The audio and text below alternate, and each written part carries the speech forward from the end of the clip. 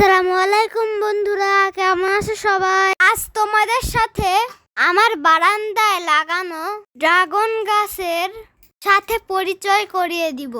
এটি আমাদের গাছ আর এগুলো গাছের ফল। কি দেখে শান্তি লাগছে?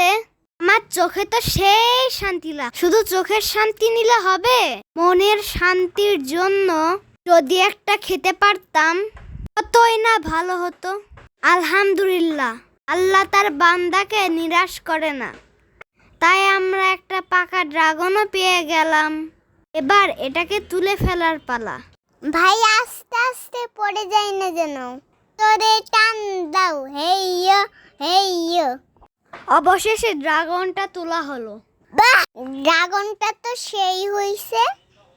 শুধু দেখলে হবে, খেয়েও তো দেখতে হবে।